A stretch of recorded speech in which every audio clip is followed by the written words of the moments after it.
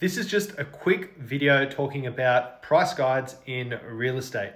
Now, I've spoken to a few people recently that when they've seen a price guide of say $800,000, price guide 800,000, that any more than $800,000, you're overpaying.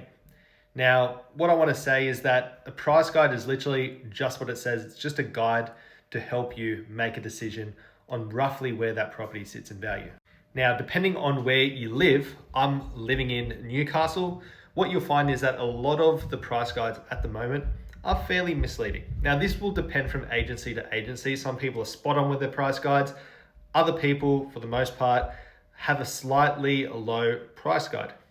Now, the reason why they do this is to bring in more competition, more buyers to get a higher result for the vendor that they essentially work for. So look, don't blame them for doing it. They work for the vendor to get the best price, but it's just something that you guys need to know. For example, if a property is worth, say, around that 830 to potentially 850, 860 mark, what a lot of people do is they'll put a price guide of 780.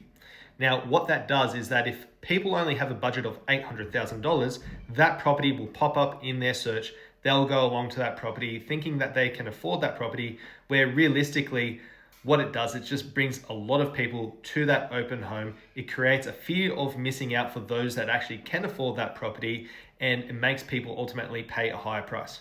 So next time you see a price guide on a property and it sells for say 50 to 100K over that price guide, don't think that that person's paid $50,000 to $100,000 more than what that property is worth. The property was probably always worth that amount, but it's just the price guide was set low.